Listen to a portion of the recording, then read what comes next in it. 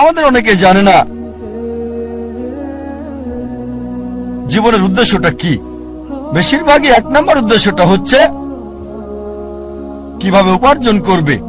অধিকাংশ লোককে জিজ্ঞেস করবেন, তাদের সঙ্গে কথা বলে দেখবেন 1 নম্বর চেষ্টা হচ্ছে জীবিকার ব্যবস্থা করা। তারা জীবিকার ব্যাপারে বেশি সচেষ্ট, কিভাবে জীবন চালাবে। তাদের উপার্জনের উপর ভিত্তি করে জীবন ধারণ করে থাকে।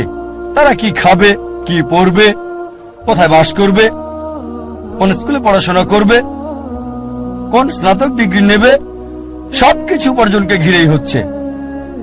আর এরা চিন্তা করে যে যদি বেশি টাকা উপার্জন করতে পারে তাহলে জীবনের লক্ষ্য অর্জন করে ফেলেছে। যেমন আমি যথাযথ হওয়ার উদাহরণ দিলাম। আমাদের অধিকাংশই কি করি, পাখির চোখ নিশানা না করে কি করি, আমরা শূন্যে গুলি করে দিই আর চারপাশের বিষয়গুলো টেনে আনি নিশানা ছাড়াই গুলি করে দেই।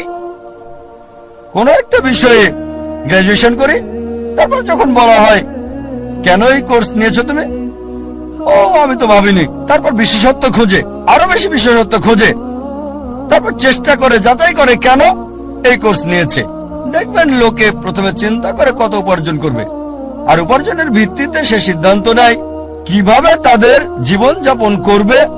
এটা শূন্যে গুলি ছোঁড়ার মতো আর পাখির চোখে নিশানা করার চিন্তা করা। প্রথমে দেখতে হবে আমাদের কেন্দ্র কোনটা, কোনটাকে ভিত্তি করে আমাদের জীবন আবর্তিত হচ্ছে।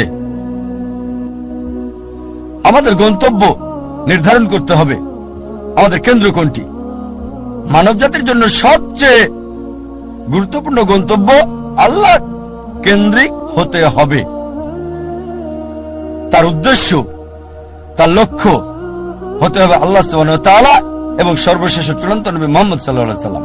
আর বিশ্বাস করেন, আল্লাহ কেন্দ্রিক হলে আপনার নিজেকে অবহেলা করতে হবে না, পরিবারকে অবজ্ঞা করতে হবে না, আপনার সমাজকেও না।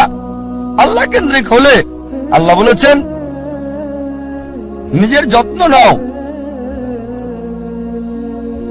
রাতে ঘুমাও। আল্লাহ বলেছেন পরিবারের দেখাশোনা করতে। পিতামাতার ব্যাপারে আল্লাহ বলেছেন সূরা ইসরা অধ্যায় 17 আয়াত 23 ও 24 যে আল্লাহ নির্দেশ দিচ্ছেন তাকে ছাড়া কারো ইবাদত করবে না, পিতামাতার সাথে সদ্ব্যবহার করবে, যদি তাদের একজন বা উভয়ই বার্ধক্যপরিণত হয় বিরক্তি প্রকাশ করবে না, এমনকি উফ শব্দটা করবে না। বিনীতভাবে কথা বলো, দয়ার ডানা মেলে দাও আর দোয়া করো হে আল্লাহ তাদের অনুগ্রহ করো যেভাবে তারা আমাকে শৈশবে লালন করেছেন।